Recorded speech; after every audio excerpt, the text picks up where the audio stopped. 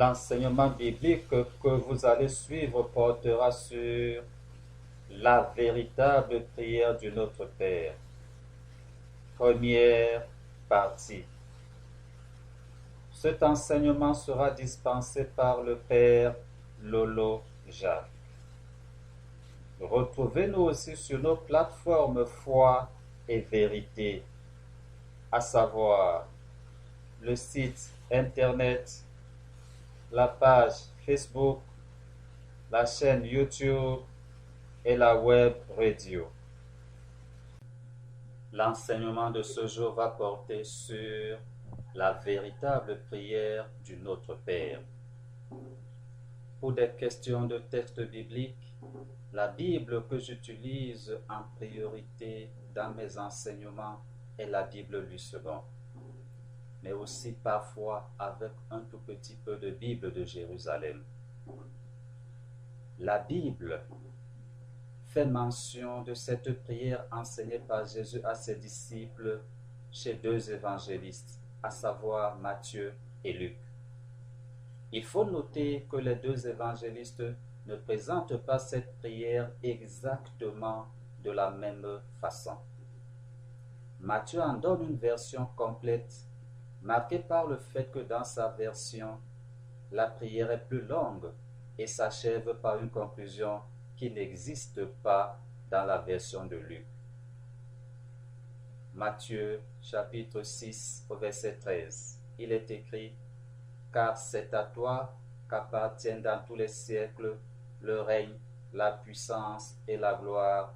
Amen. Luc ne donne de la prière du Notre Père qu'une version courte et incomplète par rapport à celle de Matthieu. Voici la prière du Notre Père selon qu'elle est écrite dans l'évangile de Matthieu, après que Jésus eut dit à ses disciples dans Matthieu chapitre 6 au verset 9, voici donc comment vous devez prier.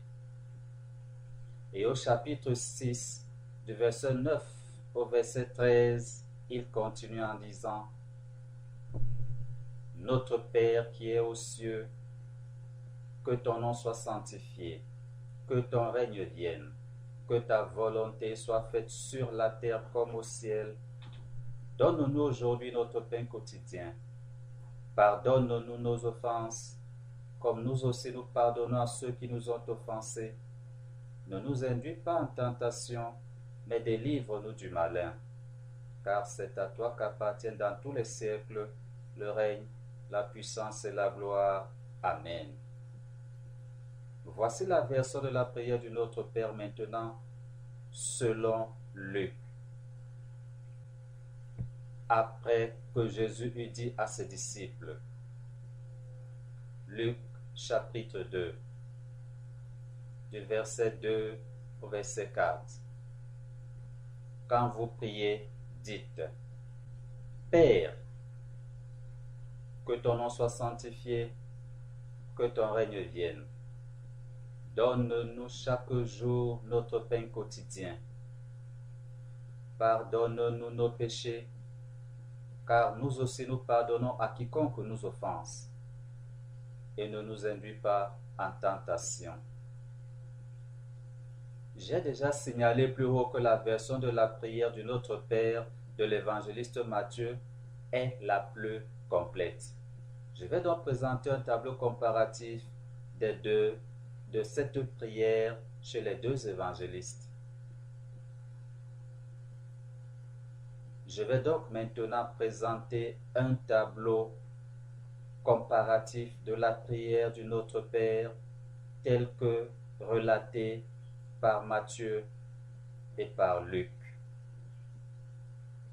Matthieu chapitre 6 du verset 9 au verset 13 et Luc chapitre 11 du verset 2 au verset 4.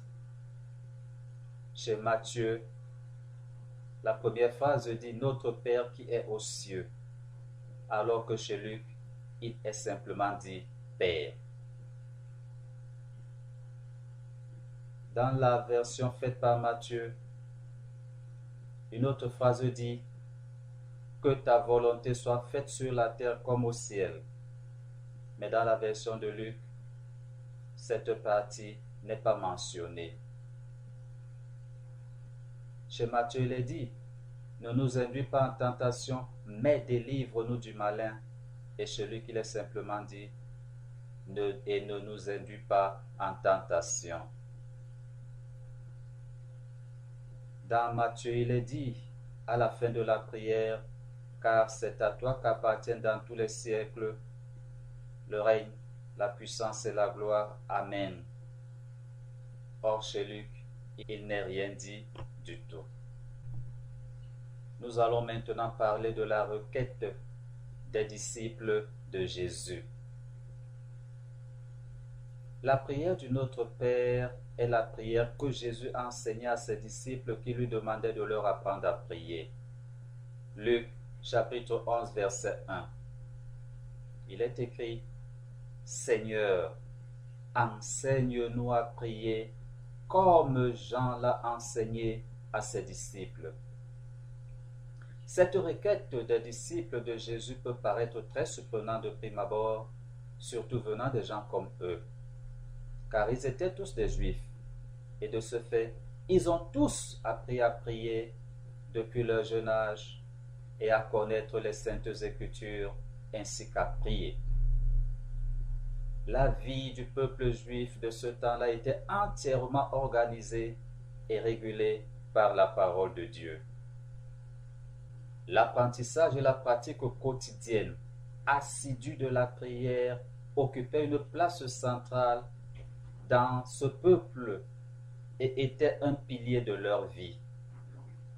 Tout le monde y était soumis, même les étrangers vivant au milieu d'eux.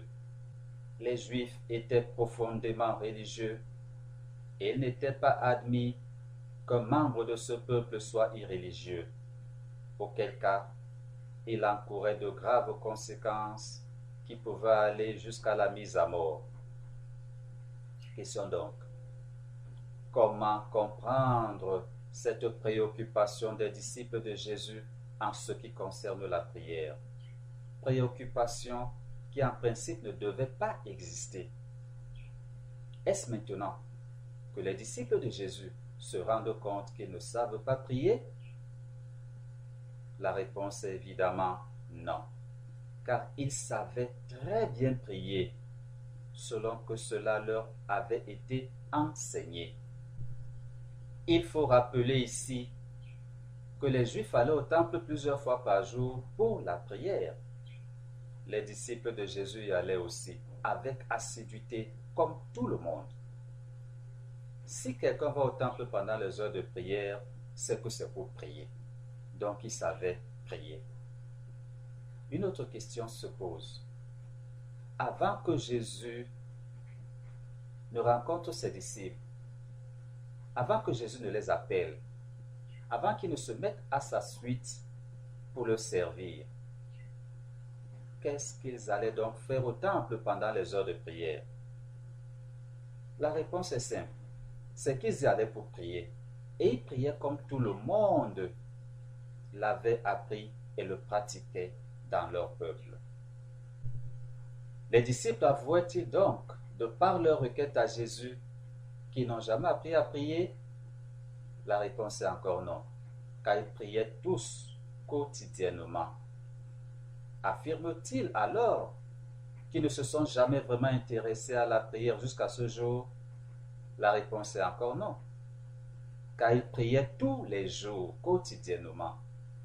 La véritable question pour nous chrétiens aujourd'hui est: pourquoi cette requête a-t-elle été formulée par les disciples de Jésus? Luc chapitre 11 verset 1. Seigneur, enseigne-nous à prier comme Jean l'a enseigné à ses disciples. Aussi curieux et apparemment simpliste que cela puisse paraître, la réponse à cette question est déjà contenue dans la question elle-même par la simple mention du terme « comme ». En regardant attentivement ce qui est écrit, nous constaterons que les disciples ne disent pas à Jésus qu'ils ne savent pas prier. qui n'ont jamais appris à le faire, qu'ils ne prient pas souvent et que maintenant ils veulent commencer à le faire, n'ont rien de tout cela. Ce que les disciples disent à Jésus, c'est que chaque Dieu définit sa volonté et le cadre de ses rapports avec ses adorateurs. Et il établit des personnes pour enseigner et diffuser ses volontés. Pour appuyer leurs propos, les disciples présentent à Jésus l'exemple de Jean, qui enseigne à ses disciples comment est-ce qu'il faudrait prier Dieu. Les disciples disent donc à Jésus, en faisant acte de foi, tu es notre Dieu et notre Maître. C'est toi seul que nous voulons écouter et suivre. Hier, nous avions appris à prier au travers des enseignements que nous ont donnés nos parents, nos chefs religieux. Mais aujourd'hui, que nous sommes tes disciples, nous voulons maintenant que ce soit toi-même qui nous enseigne comment nous devons désormais prier. C'est ce qu'on appelle passer de la présomption de la foi à la foi véritable. Sujet que j'aborde largement dans un autre enseignement spécifique. Si vous voulez en savoir plus sur ce sujet, celui de passer de la présomption de la foi à la foi véritable, veuillez vous reporter à cet enseignement.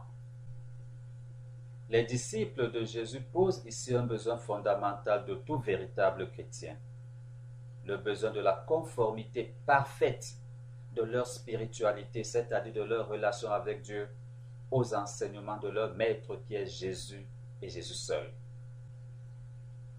La conformité au Maître est un principe spirituel fondamental dans toute véritable activité spirituelle, car la non-conformité à Dieu dans le cadre de notre spiritualité est une porte grande ouverte à Satan pour s'infiltrer et nous détruire, puisqu'il ne sait que voler, égorger et tuer, selon qu'il est écrit dans Jean au chapitre 10, verset 10. Le voleur ne vient que pour dérober, égorger et détruire. De la requête des disciples donc à Jésus, requête dans laquelle ils demandent à Jésus de leur enseigner à prier, les disciples de Jésus veulent simplement être conformes à leur Maître. La non-conformité à Dieu. La non-conformité à la parole de Dieu est l'une des armes de destruction massive des chrétiens que le diable utilise dans sa guerre. Ces armes sont mises en œuvre sur de très longues périodes, à très grande échelle et mobilisant des moyens colossaux pour leur diffusion et les imposer au plus grand nombre. Le travail d'endoctrinement insidieux se fait sur de très longues périodes pour amener les chrétiens à ne plus se référer à ce qui est écrit dans la parole de Dieu, mais plutôt à croire ce qu'on leur enseigne. Les chrétiens vivent dès lors dans la présomption de la foi en croyant qu'ils sont conformes à Dieu alors qu'ils ne le sont pas. Mieux vaut être païen que de se dire chrétien par présomption de la foi et non par la foi véritable. Pour être conforme à Dieu et arriver à la foi véritable, il n'y a qu'une seule voie qui nous est offerte. C'est la voie du salut qui se résume en quelques points. Lire soi-même la parole de Dieu, étudier soi-même la parole de Dieu, méditer soi-même la parole de Dieu, mettre la parole de Dieu en pratique pour vivre par elle et pour elle et prier sans cesse. Les éléments des non-conformités. Les non-conformités à Dieu sont des abominations devant Dieu car Dieu est saint. Les non-conformités à Dieu peuvent prendre diverses formes, comme par exemple la falsification. Il peut alors s'agir de la falsification de ce qui est écrit dans la Bible pour servir des desseins qui ne sont pas voulus par Dieu au travers de ce qui est écrit dans la Bible. C'est le cas de ce qui arrive lorsque nous comparons la prière biblique de Matthieu au chapitre 6, du verset 9 au verset 13, avec la prière communément utilisée dans la piété populaire. Dans Matthieu, il est dit « Donne-nous aujourd'hui notre pain quotidien ». Et dans la version la plus populaire de la piété chrétienne, il est écrit « Donne-nous aujourd'hui notre pain de ce jour ».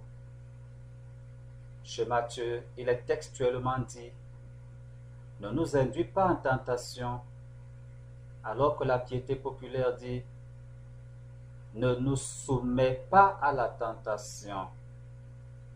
Dans Matthieu, il est écrit « Mais délivre-nous du malin », alors que dans la piété populaire, il a enseigné « Mais délivre-nous du mal ». Comme élément de non-conformité à la Sainte Écriture, nous pouvons aussi citer les augmentations ou réécritures de la Bible. Il peut s'agir des récits bibliques qui perdront leur pureté divine par l'augmentation ou l'amputation de certaines parties du récit original. Le récit original subit des ajouts ou des retranchements qui font que le nouveau récit n'est plus le récit original de Dieu, mais une sorte de fabrication humaine qui intègre certaines parties du récit biblique. C'est le cas des récits bibliques parlant de Satan qui sont augmentés des enseignements sur Lucifer. Le nom Lucifer, il faut le dire, ne se trouve dans aucune Bible. C'est le cas aussi des récits qui disent que Jésus est tombé 3 fois sur le chemin du calvaire, alors que la Bible ne fait mention d'aucune chute. C'est aussi le cas des récits qui parlent d'une certaine Véronique que Jésus aurait rencontrée sur le chemin du calvaire, alors que la Bible n'en fait pas mention. La liste est très longue. À chacun donc de faire des efforts de lire soi-même la parole de Dieu, au lieu de laisser d'autres personnes qui se prévaleraient, à tort ou à raison, de telle ou telle qualité, de nous dire ce qui y est écrit et ce qu'ils veulent qu'on en retienne. En termes de non-conformité, on peut aussi parler des retranchements.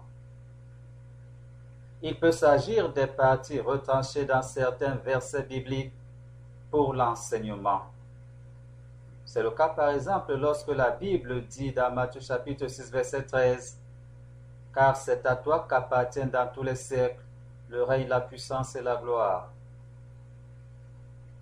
Cette partie est totalement omise dans la piété populaire. La prière du Notre Père enseignée par Jésus et relatée par Matthieu est celle qui sert de support à la version la plus couramment utilisée par les chrétiens dans leur piété populaire. La prière enseignée par Jésus a une conclusion avant le Amen final. Mais dans les enseignements de la piété populaire, cette conclusion a été retranchée. En termes de non-conformité, nous pouvons aussi citer les versets mis hors contexte. Il peut s'agir de versets ou parties de versets qui, dans l'enseignement et la pratique religieuse, sont totalement ou partiellement sortis de leur contexte. Dans Jean au chapitre 14, verset 12 au verset 15, il est écrit: en vérité, je vous le dis, celui qui croit en moi fera aussi les œuvres que je fais, et il en fera de plus grandes parce que je m'en vais au Père. Et tout ce que vous demanderez en mon nom, je le ferai, afin que le Père soit glorifié dans le Fils. Si vous demandez quelque chose en mon nom, je le ferai. Si vous m'aimez, gardez mes commandements. Et dans Matthieu, au chapitre 7, verset 7, il est écrit: demandez et l'on vous donnera. Cherchez et vous trouverez. Frappez et l'on vous ouvrira. Lorsque ces deux versets, par exemple, sont enseignés, il est très souvent omis la chose la plus importante, qui est celle de dire clairement que ces promesses de Jésus ne sont disponibles qu'à ceux qui au préalable marchent selon sa volonté, c'est-à-dire ceux qui gardent ses commandements. Comme non-conformité, nous pouvons aussi avoir des enseignements non bibliques. Il peut s'agir d'enseignements qui ne sont pas directement bibliques, ni même ne pouvant découler d'écrits bibliques clairs et précis, ni même pouvant être expliqués sans équivoque par des versets bibliques, mais qui participent de la sagesse humaine. Il peut s'agir de pensées et des préceptes humains qui ont été introduits par des hommes dans nos rapports avec Dieu, parfois au détriment de ce qui est écrit. On peut citer par exemple l'invocation des morts, la communion spirituelle avec les défunts, l'invocation des soi-disant saints défunts, l'invocation des anges, la dévotion mariale. Et à ce sujet, il faut déjà dire que dévotion et adoration sont synonymes. On peut aussi citer les images et d'autres choses encore. La liste est très longue. J'aborde certains de ces sujets dans des enseignements spécifiques. Je voudrais donc vous rappeler de vous reporter à ces enseignements pour avoir le complet de cet enseignement. On peut aussi parler des coutumes et des traditions. Il peut s'agir des traditions et des coutumes païennes, des philosophies humaines qui ont été introduites dans certains groupes religieux chrétiens. On peut citer la commémoration de la naissance de Jésus qui, pour des raisons pas claires et défendables, coïncide curieusement avec une grande fête païenne qui lui est antérieure. C'est la fête de Noël. Il y a eu avec le temps dilution de la commémoration de la naissance de Jésus par les chrétiens dans la fête païenne mondaine de Noël, au point où, même dans les églises, on entend parler très ouvertement de la fête de Noël en lieu et place de la fête de la naissance de Jésus. Nous pouvons aussi citer les pratiques religieuses non bibliques. Il peut s'agir de pratiques religieuses qui n'ont pas de base biblique, mais introduites par les hommes.